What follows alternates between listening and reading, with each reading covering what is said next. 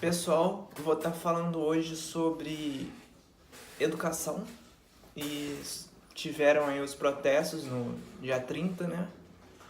E fora todas as besteiras que a gente sempre vê nesses protestos, ataque a repórter, ônibus queimado, Lula livre, bandeira de partido político e essas coisas todas, a gente viu os manifestantes protestarem contra os cortes e pedindo ainda mais verba para a educação superior. O que é um contrassenso, porque outros governos já fizeram cortes, até maiores, inclusive os governos petistas. Eles falam contra a reforma da Previdência, sendo que ela é necessária. Como que eles querem mais recursos sem uma reforma da Previdência? Que já é uma reforma que já foi proposta em outros governos passados também. Então, é uma hipocrisia gigantesca. Falando sobre educação, dizem que o problema é dinheiro. O problema são os cortes. E eu acho que não. Eu acho que o problema é questão de eficiência, é gestão. E eu vou falar aqui vários dados para vocês que corroboram isso.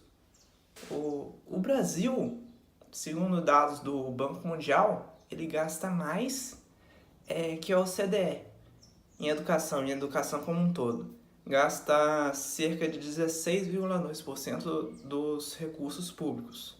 Isso não estou falando de PIB, estou falando de recurso público mesmo. Ele é o sexto que mais gasta em educação. Os salários de professores universitários são acima do padrão da OCDE. O custo de um aluno, agora falando do ensino básico, no ensino básico é de $3.700, enquanto o custo de um aluno universitário é de $14 mil, se não me engano, acho que é isso. Sendo que esse custo de $14 mil é mais do que se gasta, por exemplo, na Itália, na Espanha, na Polônia e na Coreia do Sul. Coreia do Sul que está sempre no top ranking na qualidade da educação. Os salários da educação básica são menores que de países como... Isso nem estou falando da OCDE, estou falando de Chile, México e Colômbia. Para vocês verem a situação, a disparidade. O Brasil ele gasta menos da metade em educação básica que países desenvolvidos, que os países da OCDE. A rede pública não tem estrutura. 41% das escolas têm rede de esgoto e 35% não tem acesso à internet. Ainda não tem acesso à internet. Mesmo investindo entre 2000 e 2015 o dobro, o Fundeb, que é o Fundo para Educação Básica, dobrou e mesmo assim os resultados não vieram. Outra coisa que aconteceu, o número de matrículas entre 2014 e 2018 diminuiu em mais de 1 milhão. Ou seja, era para ter sobrado mais recursos para os alunos que ficaram e os resultados terem melhorado. Porém, não foi isso que aconteceu. Os resultados nos exames continuam praticamente estagnados. Apenas 50% dos alunos se formam no prazo no ensino médio. O nível de inglês é pior que da Nigéria e do Vietnã. Para vocês verem, a gente está pior que Nigéria e Vietnã. O tempo que o brasileiro passa em sala é menos que a média dos BRICS e também do Mercosul. Ou seja, esse problema da evasão escolar, né? De que muitos alunos não concluem, né? Enfim. Segundo o Ibope, 50% dos brasileiros, quando questionados sobre o último livro lido, disseram nenhum. Disseram que não leram nenhum livro recentemente.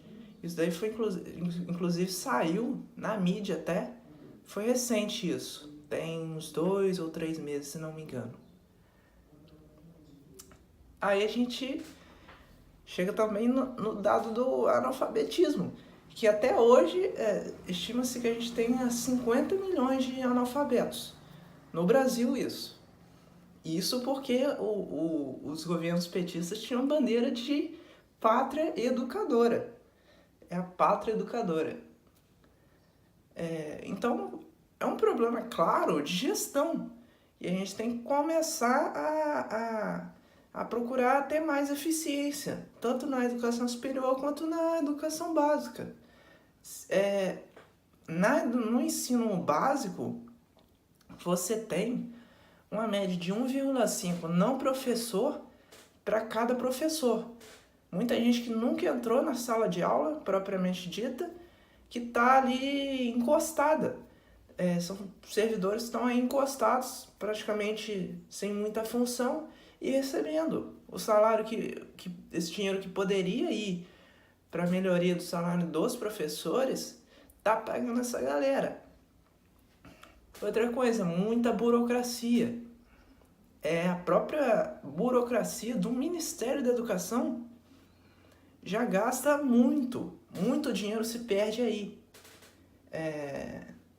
Segundo o Banco Mundial, daria para economizar 1% do PIB, só enxugando o gasto desnecessário. Outra questão que é importante é a questão do gasto obrigatório. Os municípios eles têm que gastar 25% das receitas em educação. Isso daí é um problema, porque em municípios com renda maior, acaba que esses 25% é muito dinheiro. E aí acaba que as escolas, a Secretaria de Educação tem que gastar esse dinheiro em coisas desnecessárias. E como esse gasto ele é engessado, você não pode, por exemplo, tirar esse dinheiro e jogar no salário dos professores. Porque tudo de acordo com o que prevê a Constituição. Você não pode ter essa maleabilidade, essa fluidez na hora de aplicar os recursos. Outra questão é a estabilidade, que tanto no ensino superior quanto no ensino básico, os professores têm estabilidade. Você não pode demitir. Isso gera uma acomodação. Os professores não buscam um aprimoramento, não buscam atividades que melhorem o aprendizado dos alunos, que melhorem o desempenho, enfim. E falando um pouco agora sobre educação superior, ensino superior. Muito se diz sobre a questão das pesquisas, porque as universidades públicas são responsáveis por 95% das pesquisas, dos artigos científicos. Anos atrás, cerca de 10 ou 15 anos, existia um problema editorial na parte de divulgação dos artigos científicos. Os nossos artigos aqui do Brasil eram pouco divulgados, ou nem eram divulgados. Porém, recentemente isso foi solucionado, tanto que houve uma explosão de artigos científicos brasileiros publicados. O Brasil publica muito. Porém, se você pega e olha os rankings de qualidade que são feitos aí no mundo, os artigos brasileiros, você chega à conclusão que não são do mesmo nível, não estão no mesmo patamar que os artigos do exterior. Os artigos brasileiros são muito mal vistos lá fora, são muito pouco citados. O Brasil está entre os últimos países em questão de citação de artigos. Então, não é um cenário muito bom. Pegando, assim,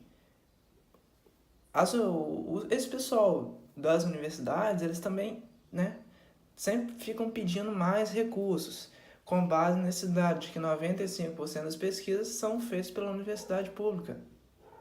Mas se você pega as universidades públicas, os pesquisadores, a gente não tem até hoje, pelo menos que eu saiba, um grande prêmio, um prêmio Nobel, por exemplo.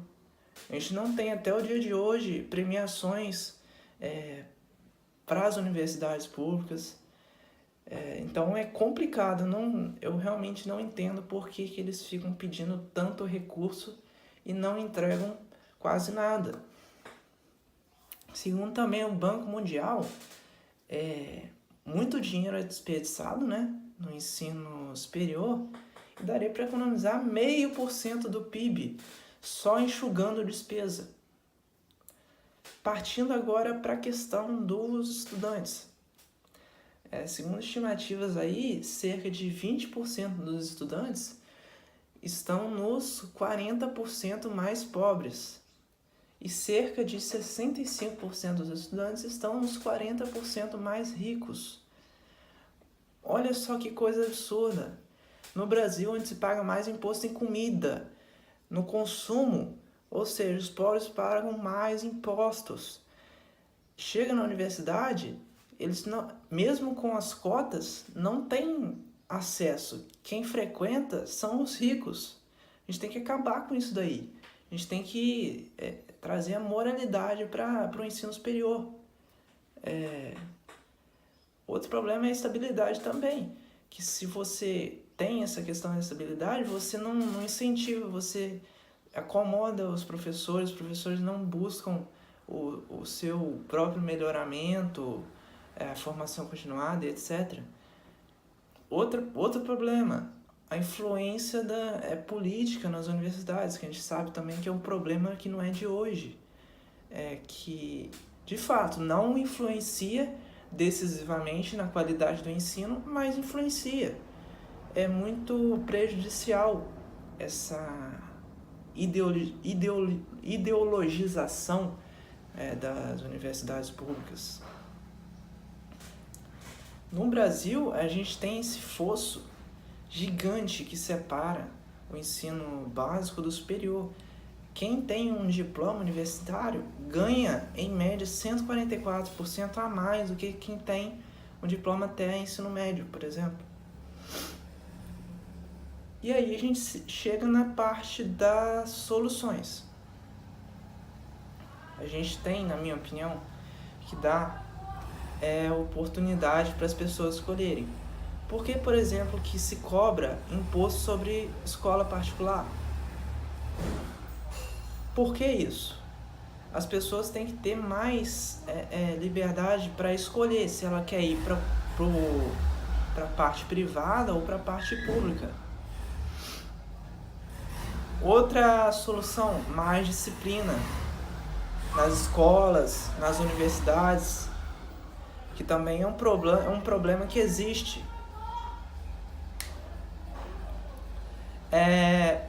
Vamos lá. Fim da estabilidade, como eu já disse, mais incentivo para os servidores, incentivo a iniciativas que melhorem o ensino, salários maiores no ensino básico, fim das despesas obrigatórias, das despesas constitucionais, mais mobilidade para os gastos, iniciativas que tragam mais financiamento ou mais liberdade, como eu disse, como o Charter School, que é você entregar a escola do ensino básico na mão de uma instituição, de uma organização social, como acontece com os hospitais, cobrança de mensalidade para quem pode pagar, financiamento privado, mais o que? Fundo patrimonial, e também a questão do voucher para a pessoa poder também ir para a faculdade privada, caso ela não possa pagar. Enfim, Essas, na minha opinião, são as principais medidas para você diminuir esse fosso que separa o ensino básico do ensino superior. É isso.